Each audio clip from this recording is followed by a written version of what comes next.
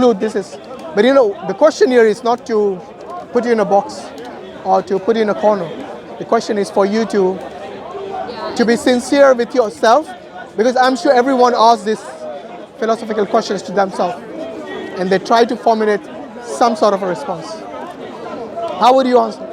I think there is a force. I think there is. I like to think that there's like a higher being that at least guides the universe and guides us, and because that's what makes sense to my mind. Right. So when you say higher being, like God or like. I'm thinking of God. Is that what you're thinking as well? Yeah. Okay. So you actually believe in a God? Yeah, I think I can say that. Yeah. Okay. Well, so if I ask you, because there are lots of people who believe in God, and their God is different. Yeah. Yeah. So you got hundreds of religion who might believe in hundreds of different gods. So how would you narrow it down to, let's say, a short list or something, or maybe one? I don't know. I don't know how you function. That's where it gets By the way, I'm a Muslim, so I firmly believe that God is one. So I believe in pure monotheism, and this is similar to Judaism and, well, I think to some extent other religions as well. How would you shortlist your, or do you not? For you, is that not important? I grew up Christian, and so I'm used to the idea of like one God, or at least a unified God. So that's what makes sense to me. Okay. Do you still hold on to that belief? Yeah. Okay. Because in Christianity, you believe obviously Jesus is God as well, and then you believe His Father is God as well, and then you believe the Holy Ghost is God as well. So how do you reconcile with that, with your principle of oneness of God or pure monotheism? How do you reconcile that? I don't reconcile it because I feel that that's a little bit semantics. How is it semantics? Because that's just getting into nitty gritty for me. Yeah. Where it's like you can just stand here behind the camera instead of going a mile away. Guys, they don't want to be on. Yeah, they don't want to be on. So let's respect their wishes. Yeah. Yes. Sorry, you were saying it doesn't need to be reconciled. Did you say it doesn't need? No. So how do you make sense of these three different entities as one? How do you make sense of that? I don't, because when I do, it's too much of a headache for me. So you just accept it? Yeah. Well, no, not accept it. I think that's just like a part of discovery, where it's not something I can put all of my headspace into, but it's not something that I also think that it doesn't matter completely. So I'm still learning. Yeah, fair enough. What if I told you, if that is your belief in the Trinity, then you're in effect going against the teaching of Jesus Christ? What if I told you that? Wait, say that again? Okay. So if you believe in a triune God, are you listening? Yeah. So if you believe in a triune God, in a Trinity, then that belief is something which is not what Jesus advocated, not what any prophets in the Bible advocated. How would you respond to that? Yeah. What do you mean, yeah? So you're basically going against Jesus Christ's teaching. If you think so, yeah. Not if I think so. That's what the Bible says. Yeah, if you think so.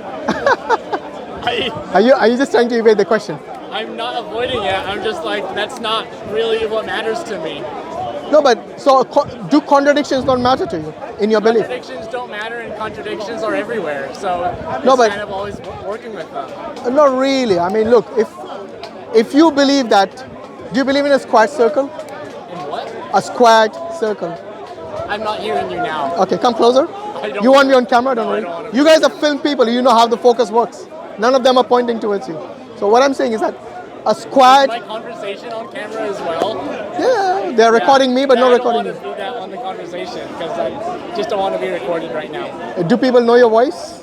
Are you famous? He's going to be one day. Maybe but he's not now, right? So we can film him now. So look, the reason I asked you, if you believe in contradictions, then you believe something like a squared circle. You know what's a squared circle? A circle and a square. A square and a circle. Existing as one entity.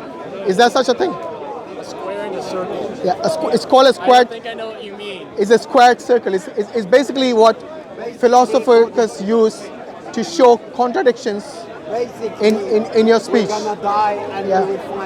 So this is a contradiction cannot be real. So you can imagine it, but it cannot be real. In reality, you don't have you either have a square or you have a circle. You can't have a squared circle. You see what I mean? Just ignore him. It's just background noise. So by the way, this is Speaker's Corner. We have hacklers like him who come and hackle a discussion when you're having one.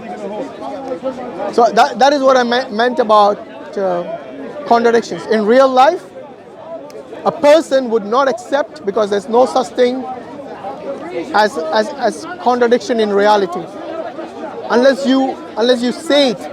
Say for example, a married bachelor. Can you think of a married bachelor? No, I can't. Why? Because it's a random question, honestly. No, because it's a contradiction. The reason you cannot think of a married bachelor is because it's a contradiction. And as humans, we operate in such a way that we cannot accept, unless you're insane, yes, unless someone is insane, you cannot accept a contradiction. And that is the reason, if you say, I believe in one God, then you cannot say at the same time, I believe that God is 3 in 1. Because that's a contradiction in terms. God is either one or not. You see what I mean? Yeah. So, for example, when Jesus says that the only true God is the Father, if he makes such a statement, then can anybody else be the only true God? Yeah, according to what you're saying, what you're leading on, of course. Not according to my same. This is what Jesus says, like I said. I gave you the reference as well. John chapter 17, verse number 3. Yeah, I'm not denying that. Yeah. So if I'm Jesus, just listening to you. no, that's fine. I just want to know your response. If Jesus says that the only true God is the Father, and you say no, the only true God is the Trinity, whom should I believe? Jesus? By the way, these people, they are here first time at Speaker's Corner, so they are feeling a bit nervous. I can sense that. No one is here to attack you, just asking you questions. Yeah, I'm not trying to. This is Speaker's Corner. We speak here. Yeah, you speak, and I'm just here to listen. I'm not here to. No, it's a conversation. What would you say Yeah. to people who believe in the Trinity but would say that they're polytheistic? Would that be a problem for you? Because that's no longer a contradiction. If you're a Christian and you say you're a polytheist, then you're not a Christian, are you? Because that again, like I said, is a contradiction in terms. Because every time when a religion says that they are a true religion, but then every time you find contradictions within it, then it actually is not a true religion, is it? Because truth by self cannot have internal contradictions. That is the definition of truth. That it should be free from internal contradictions. Yes, the example of married bachelor I gave you, you cannot have a married bachelor. So the person is either married or he's a bachelor. You can't have it both ways. So you need to accept one. Because every time, look, the reason, earlier you said it doesn't matter. I think it matters. If you believe in God, then surely you will be believing in the hereafter, in life after death. Am I right? Yes. So to get the right religion matters a lot. So if you're going to put all your eggs in one basket and say, I'm going to believe in this religion, and I hope that I'm being sincere and with all my heart that this is the right religion. What if it turns out to be the wrong religion? And then you face God, and then God informs you that you were given the option to seek out the true religion and the true God. And you stuck with the tradition that either your parents or your family or your environment, yes, impacted your thought process and your thinking, and you never bothered to look for the truth. What are you going to say to God that? So I think if there is a God and there is an afterlife and I get to heaven and I face God and I tried my best to be a good person, I feel like I would want to believe in the God that would send me to heaven either way. Because even if I had the opportunity to seek truth, I sought the truth for me, right? Okay. So when you say you seek the truth for you, Yeah. you mentioned about being a good person. Yeah. How do you define good? If I'm helping other people, mostly, if I'm, taking care of myself, if I'm keeping my relationships that that I want to be keeping up, if I'm... Could it be possible that what you consider as good your friend here considers as bad. Could it be possible? Yeah, but then we get into moral objectivity versus subjectivity. Yes, but your what you said good is subjective. Yeah. It's not objective, right? Yeah. So that is what we're trying to establish. If everyone thinks for themselves, and all their point of views are subjective, then there's bound to be contradictions again, isn't it? Exactly. So I think God can operate in our schema of our subjectivity and work within what we think is good and judge us based on ourselves and not what we do with other people. No, but like I said, if your understanding of what is good is subjective, Yeah. and other people's understanding is also subjective, Yeah. yes, then there's bound to be conflict. Of course. Yes, because like I said, what is good for you might be bad for someone else. What is bad for them is good for you, maybe. Yes, and that's why I said this is going to cause chaos rather than peace and harmony. Because to me, in order to have a system which is functioning, there should be no disharmony. There should be no internal contradictions. There should be no conflicts within the system. And that is a good system. So back to you, how would you get around this? How would you reconcile this problem of a system which has contradictions or conflicts in it? Well, I think I just fundamentally don't believe in a system. But I think you do. Do you have a driver's license? Oh yeah, I do. You operate in a in a system where you have to drive according to the law, Yeah. rather than your understanding or your. That's true. So you follow a system. But this is not, municipal law. This is, universal law, and I think that's a little bit different. No, but you said you don't follow a system. I said you do follow a Oh, system. okay, but when talking about universal law, There's no, I don't know what you mean by universal law. well, you're saying that God, his system, there's only one system, and you follow that system, and that's the religion that you choose, right? No, I didn't say there's only one system. So as a Muslim, I believe that God created us and then he sent us guidance. He did not just let us fend for ourselves. And over the years, over the centuries, over the millenniums, yes, God sent different prophets and messengers who are human beings, and they are the ones who are the role model that they had to follow in order to be a righteous person, to be accepted, and to attain salvation. So people had a system which was obviously established by God, but then they had different systems at different eras. So for example, in the time of Moses, the system was different to the time of Jesus, and from the time of Jesus to our time. There's slight changes, but the overall, the core purpose has always been to believe and worship the one true God. See what I mean? And that's what I mean. You see, you need a higher authority in order to give you the jurisdiction as to what is right and what is wrong, what is permitted, what is prohibited. Just like the traffic system, there has to be one system, yes, isn't it?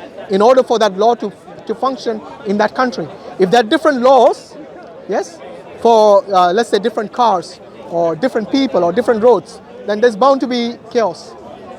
Yes. So let's say in a state, I don't know, in America, maybe you guys have different laws in different states. Yeah. Are the traffic laws different?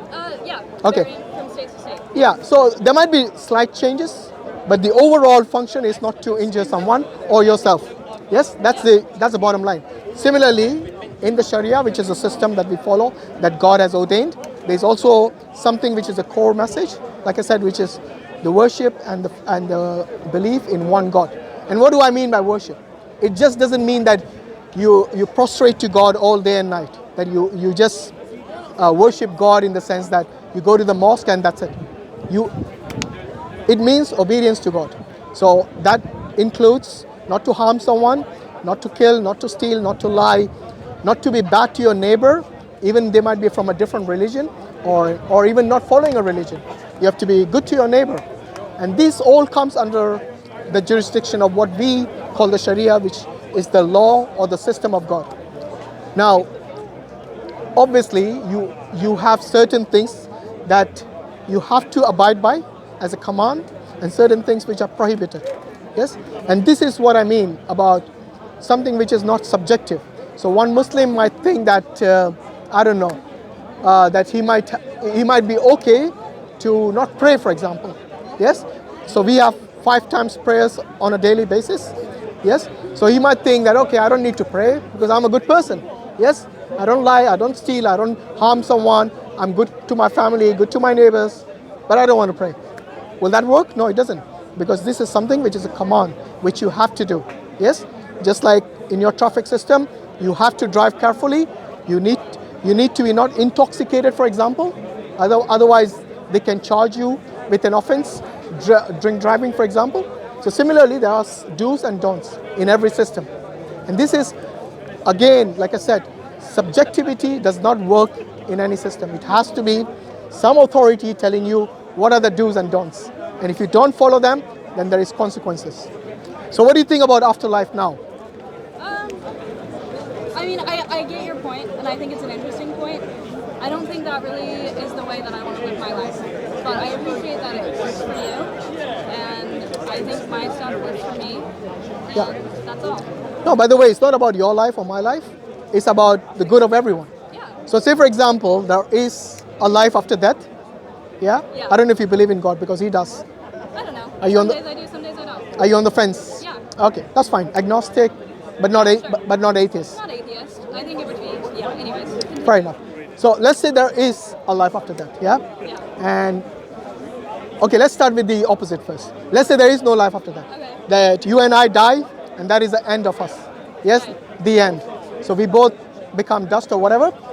And regardless of what I believed or regardless of what you believed, yes, it does not matter, because our life ended when we died, and there was no life after that. So everything that we believe is irrelevant, isn't it? Yeah. So we both basically end up in the same situation. Yes? Yeah, we both end up in the same situation. And there is no loss on either side. Do you agree? There's no what? There's no loss on either side. Yeah. Yes. Now you flip the coin, you flip the situation, and that there is a life after that. And you're going to see God, and God is going to question you based on your life. Did you did you go about your daily life based on the commandments that I gave you, or based on your own whims and desires? Okay? And then God is going to question you. How would you respond to God then? I think if I never truly believed that God... Sorry, I can't hear you. Okay. Like, if I never truly believed that God gave me these commandments, then why would I follow them, and why would he expect me to follow them? If God is an all-knowing, omnipotent being, then he would know how to talk to me to get me to believe in what he said, right?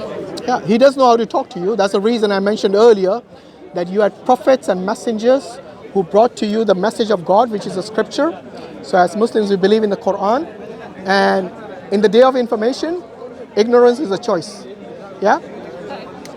So the fact that you haven't actually looked for it, you haven't seeked out God, then on the day of judgment, what are you going to say to God? That I didn't have time? So here's the thing, is I did seek out God. And Okay. I didn't find him, and I'm okay with that. And I think I'm happier living my life this way, and I think a God that I do believe in would be understanding of that and just So you work with my system. So hold on, let me get this right. You're saying that regardless of how you lead your life, you think God is always going to be happy with you? I think, yeah. I think if I live my life and I'm truly trying to be a good person on my own terms, then a God that I want to believe in is going to understand that. And if he doesn't understand that, I don't want him to be my God.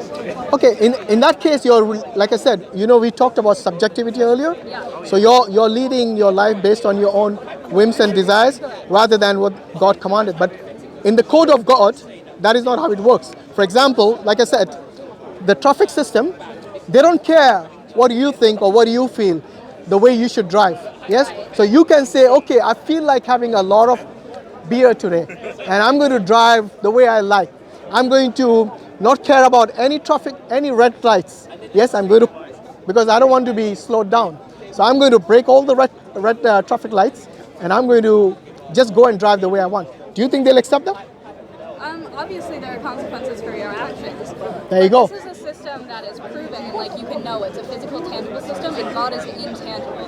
He is not physical, present in this world. I have to have faith in him to believe in him. I don't have to have faith in the system to know that I'm going to get arrested if I don't drive. I would have to have faith in God to feel like I'm going to go to hell after I die. Yeah, no, that's a good response.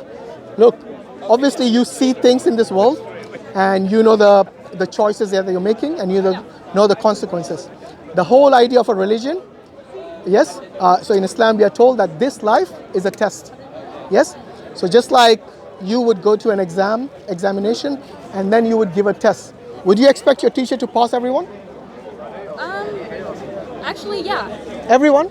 Yeah. Regardless of whether they worked hard for the exams or not? Well, obviously, if they worked hard, they should pass. But also, I think, God is a God of mercy, right? No, the question was about the teacher.